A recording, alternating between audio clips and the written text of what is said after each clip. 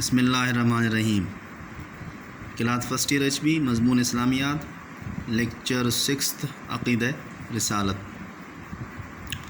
اس سے پہلے بھی ہماری بات ہوئی تھی عقیدہ رسالت کے حوالے سے، بنیادی باتیں کچھ ہم نے ذکر کی تھی رسالت کے حوالے سے،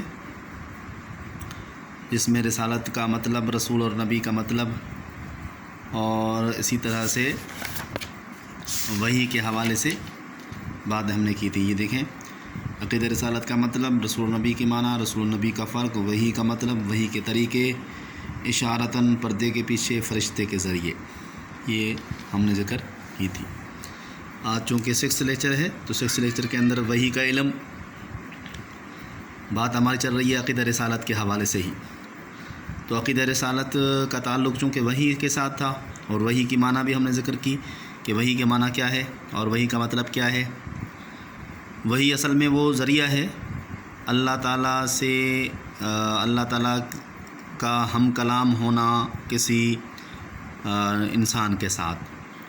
تو وہ کلام یعنی ہم کلام ہوتے ہیں تو کس ذریعے سے ہوتے ہیں؟ وحی کے ذریعے سے ہوتے ہیں۔ تو یہ وحی اصل میں سورس سے ذریعہ ہے بات کرنے کا اللہ کا بندے کے ساتھ۔ اور سب سے اہم چیز اس کے اندر کہ وحی یعنی جو کام تھا وحی کے ذریعے سے جو بات ہوتی تھی اللہ تعالیٰ کی کسی انسان کے ساتھ، تو وہ ظاہر بات فرشتے کے ذریعے سے ہوتی تھی۔ وہی وہ بات اللہ تعالیٰ کرتے تھے فرشتے کے ذریعے سے۔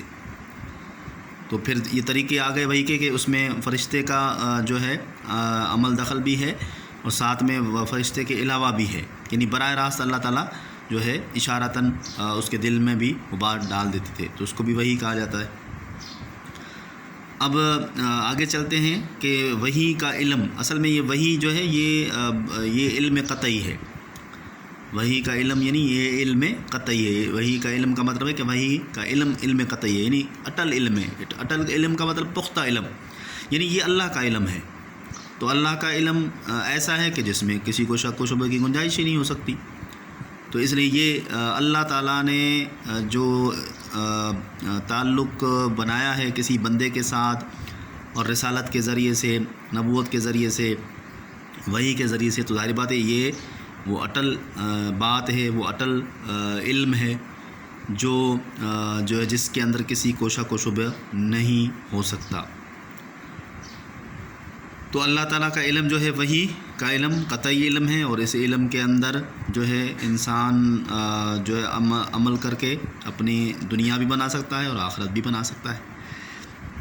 تو جتنے بھی لوگوں سے اللہ تعالیٰ نے ہم کلام کیا، یعنی ہم کلام ہوئے، تو وحی کے ذریعے سے ہوئے، اور وحی کے ذریعے سے ہی وہ اللہ تعالیٰ نے علم پہنچایا ہے جو انسانوں کے رہنمائی کے لیے۔ تو اسی وجہ سے وحی کا تعلق آ جاتا ہے علم کے ساتھ اور رسالت و نبوت کے ساتھ۔ اس کے بعد دوسری بات ہے رسالت کی ضرورت۔ اب رسالت کی ضرورت کیوں پیش آئی؟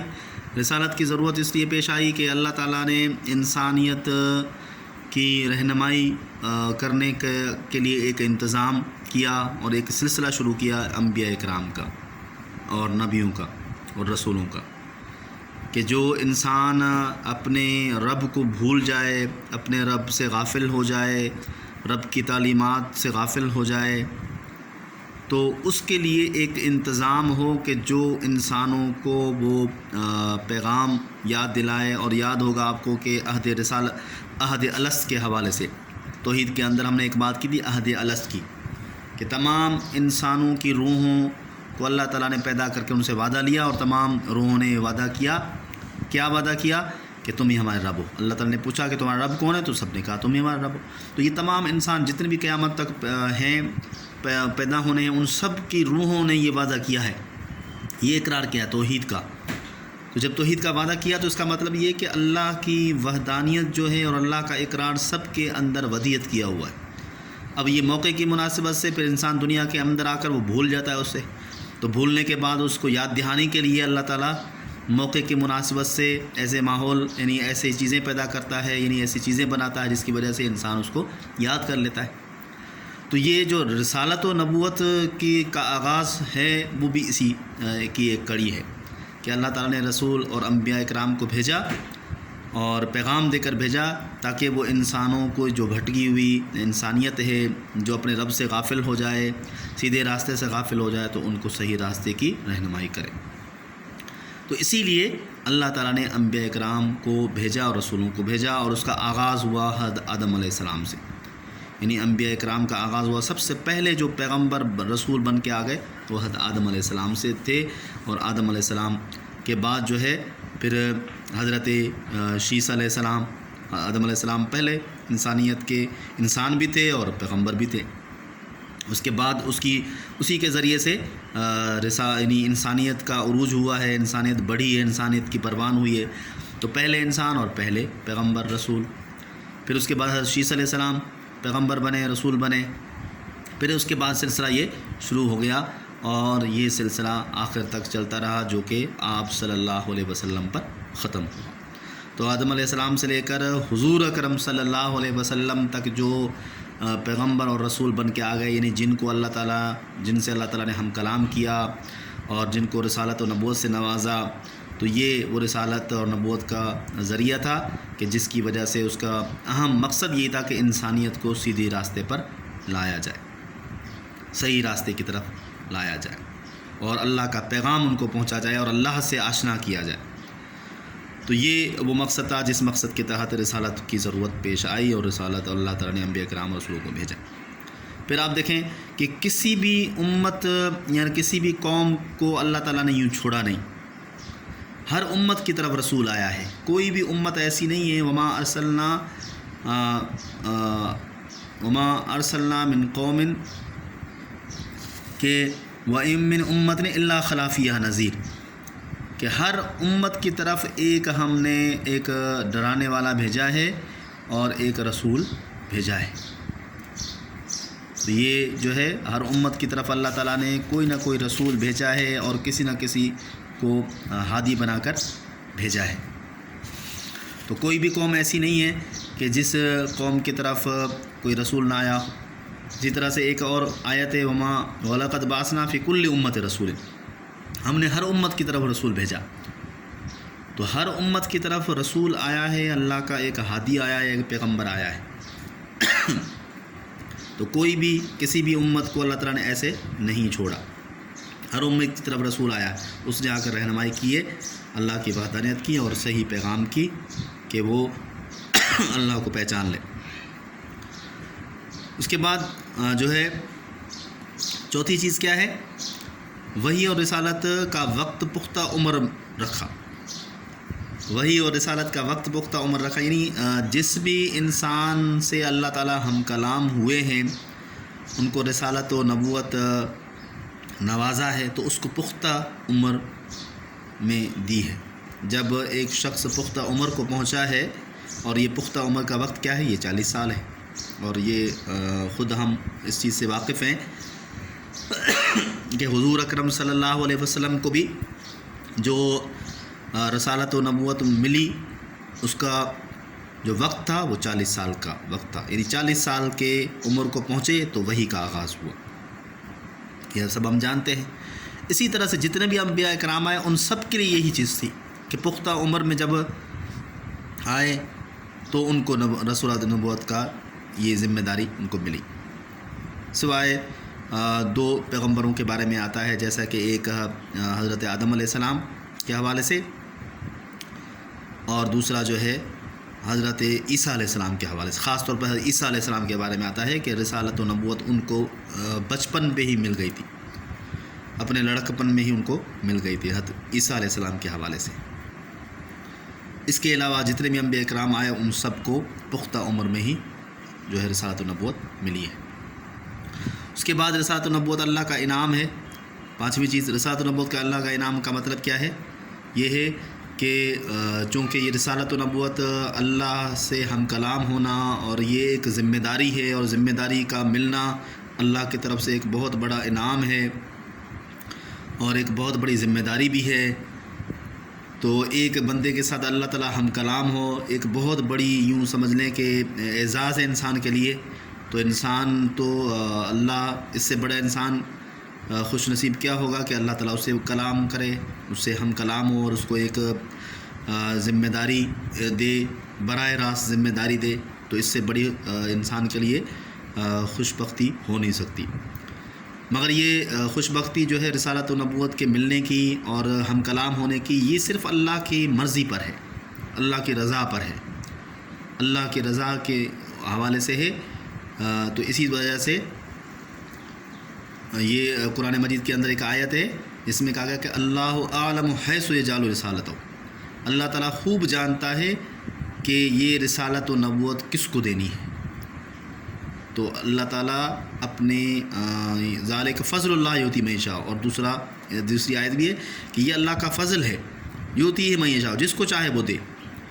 تو رسالت و نبوت ایک انعام ہے اللہ کی طرف سے، اور یہ اللہ کا انعام اللہ کی رضا اور اللہ کے فضل کے اوپر ہے، اللہ جس کو دینا چاہتا ہے۔ یہ کسی انسان کی محنت اور ریاضت کے اوپر مبنی نہیں ہے کہ کسی کی محنت اور ریاضت کے حوالے سے کوئی محنت کرے، ریاضت کرے، اللہ کی عبادت کرے تو اللہ تعالیٰ اس کو دے، نہیں، یہ اس پر منحصر نہیں ہے، یہ صرف اللہ کی فضل کے اوپر ہے، اللہ جس کو دینا چاہے دے دے۔ پھر اس کے بعد آپ دیکھیں کہ رسالت کے ملنے سے پہلے والی زندگی، جب انسان سے اللہ تعالیٰ ہم کلام ہوتے ہیں یا رسالت و نبوت عطا کرتے ہیں، تو اس سے پہلے اب اس کے یعنی رسالت و نبوت کے ملنے کے لیے تو عمر پختہ ہے، یعنی 40 سال ہے، تو 40 سال کے پہلے کی جو زندگی ہے وہ بھی اس طرح کی زندگی کہ اللہ تعالیٰ ایسے انسان کو تیار کرتا ہے۔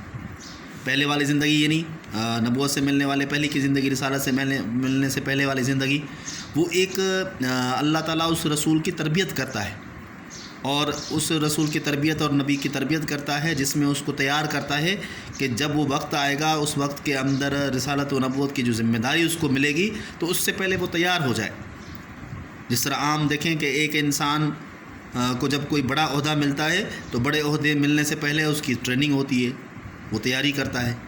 تو اسی طرح سے یہ بھی ایک بہت بڑی ذمہ داری تھی، بہت بڑا انعام تھا، اس انعام سے پہلے اس کی تیاری ضروری تھی، جس کی وجہ سے اللہ تعالیٰ اس انسان کی، اس رسول کی تیاری کرتا ہے، اور تیاری کرنے کے بعد جب وقت آتا ہے تو وقت آنے کے بعد اللہ تعالیٰ اس کو وہ چیز عطا کرتا ہے، یعنی نبوت اور رسالت سے جو ہے نوازتا ہے۔ تو جتنے بھی رسول انبیاء اکرام آئے، آپ دیکھیں کہ جتنے بھی آدم علیہ السلام سے لے کر جتنے بھی آپ صلی اللہ علیہ وسلم کی تک، ان کی پہلے والی زندگی ایک آئیڈیل تھی، نمونہ تھی۔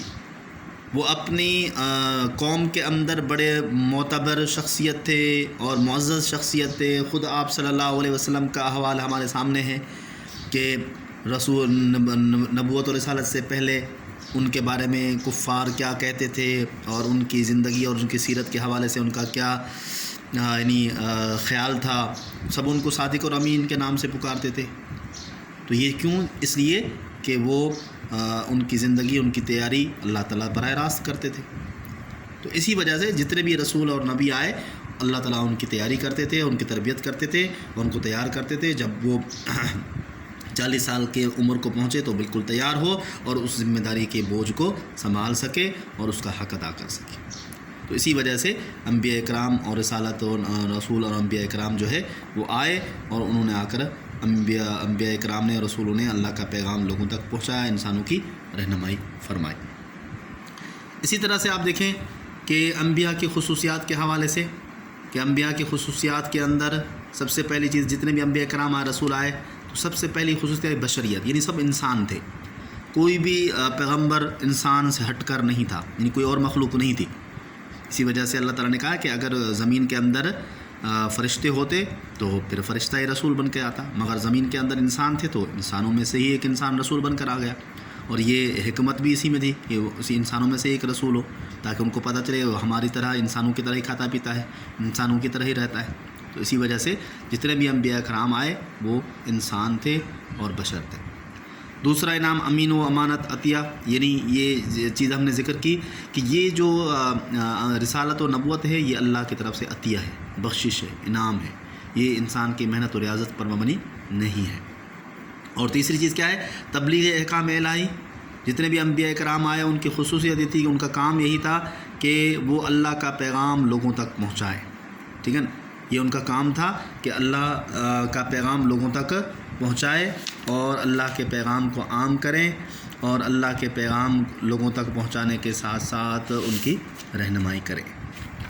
تو یہ چیز جو تھی انبیاء کرام کے حوالے سے وما ينطق عن الهوى ان هو الا وحی یوحیٰ، کہ وہ جو ہے وہ اپنی طرف سے کچھ نہیں کہتے، وہ صرف اللہ کا حکم جو ہے وہ بتاتے ہیں، اور ان کو ان علیک الا البلاغ، جیسے کہ تمہارے یعنی انبیاء کرام کا کام ہے پہنچانا، تو انبیاء کرام وہی جس طرح سے اللہ کا پیغام ان کو تم پہنچتا ہے تو اللہ کا پیغام اسی طرح سے پہنچاتے ہیں۔ اور چوتھی چیز ہے معصومیت، یعنی جتنے بھی انبیاء کرام ہیں وہ سب معصوم تھے، گناہوں سے پاک تھے، اللہ نے ان کی تربیت کی، اور ان کی تربیت ہونے کی وجہ سے ان سے کوئی گناہ کا عمل سرزد نہیں ہو سکتا، وہ معصوم تھے۔ پانچویں اطاعت کا مرکز، یعنی جتنے بھی انبیاء کرام آئے ان کا کام یہی تھا کہ ان کی اطاعت کی جائے، وما ارسلنا من رسول الا لیطاع باذن اللہ، ہم نے رسولوں کو بھیجا اسی وجہ سے کہ ان کی اطاعت ہو اور ان کی جو ہے پیروی کی جائے۔ تو یہ وہ خصوصیات ہیں جو انبیاء کرام کی، جن انبیاء کرام کو اللہ تعالیٰ نے بھیجا رسول بنا کر، ان خصوصیات کے ساتھ بھیجا، اور اسی طرح سے انہوں نے آ کر اللہ انسانوں کی رہنمائی فرمائی۔ تو امید ہے یہ چیزیں آپ کو سمجھ آ گئی ہوں گی۔ انشاءاللہ اگلے لیکچر میں اور تھوڑی سی بات رہ گئی ہے تو ہم ذکر کریں گے۔ شکریہ۔